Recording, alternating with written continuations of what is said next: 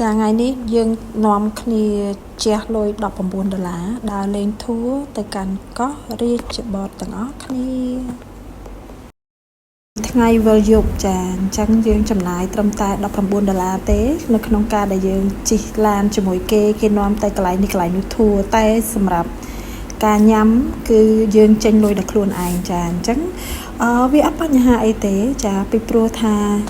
គ្រាន់តែយើងធ្វើដំណើរទៅលើផ្លូវល្បឿនលឿនហ្នឹងគឺវាអស់លុយច្រើនទៅហើយធัวគេសប្បាយចានៅលើឡានអត់ស្ងាត់ទេច្រៀង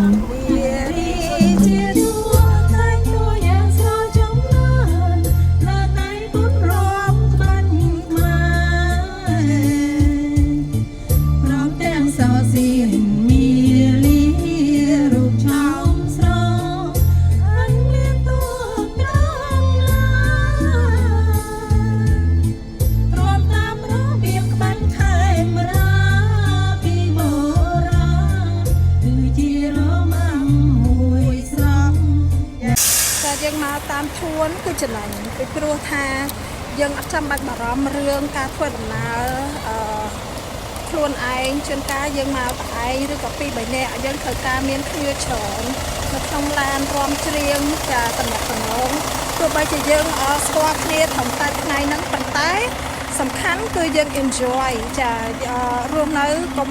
តាមតាំងពេកចា stress ចេញមកដើរលេងហើយពេលដើរលេងកុំយកទុកព្រួយមកតាមមានបញ្ហាអីយើងសិតតែមានគ្រប់គ្នាប៉ុន្តែពេលដើរលេងយើង relax ទៅចាយើងឲ្យកដោខ្លួនឯងតែខំធ្វើការហត់មែនទេចាឡែន we just take opportunity to be ហើយទៅជាមួយនឹងធัวនិរៈធัวចាល្អសេវាកម្មគេមានការណែនាំក៏ដូចជាអ្នកដែលគាត់នាំធัวនឹងគាត់រួសរាយរាក់ទាក់មែនតើហើយគ្រប់ទីកន្លែងដែលយើងចោះគឺគាត់លើកទឹកចិត្តឲ្យយើងថតហើយតាមថតរូបឲ្យយើងហើយថតរូបស្អាតចាអ្នកដែលគាត់អត់ចេះថតមិនបាច់ព្រួយបារម្ភទេចាខាងធัวគេថតឲ្យហើយគេតម្លាក់ចូលក្រុមឲ្យយើងបានរូបថតស្អាតទុកជាអនុស្សាវរីយ៍ហើយនៅក្នុងឡានគឺយើងអត់ស្ងាត់ទេចាយើងលេងហើយប៉ុន្តែគ្រាន់តែថាយើងអត់បើកលឺទេដោយសារតែយើងគ្រប់សិទ្ធអ្នកនៅក្នុងឡានអញ្ចឹងការច្រៀងលេងកម្សាន្តជារឿងធម្មតាសម្រាប់អ្នកដែលគាត់ទៅចូលរួមហើយដែលឡែកមានចាស់ក្មេងៗចូលរួមប៉ុន្តែពួកគាត់អត់ប្រកាន់ណាចាគាត់លេង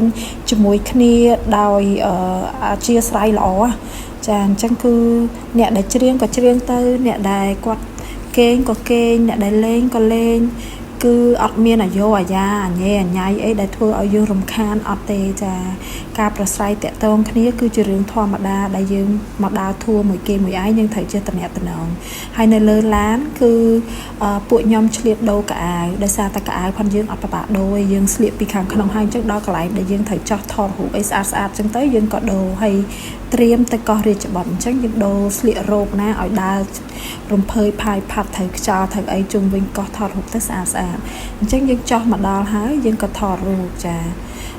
នៅកោះរាជបុត្រហ្នឹងខ្ញុំណែនាំឲ្យបងប្អូនទៅកំពង់សោមកុំរំលងណាព្រោះទេសភាពស្អាតគេមានស្ពានឈើហើយដើរព័ទ្ធជុំវិញកោះហើយយើងស្លៀកពាក់ស្អាតទៅយើងថតរូបជាអនុស្សាវរីយ៍ចាកុំឲ្យខាតចាទៅដល់កន្លែងស្អាតអញ្ចឹងយើងថតរូបឲ្យច្រើនហើយខាងធัวគេនោះចាគេមានអ្នកដែលគាត់ចាំដើរតាមថតរូបថតអីឲ្យយើងហើយមកកន្លែងទៅមកកន្លែងគឺយើងមានពេលវេលាគេឲ្យយើងចោះ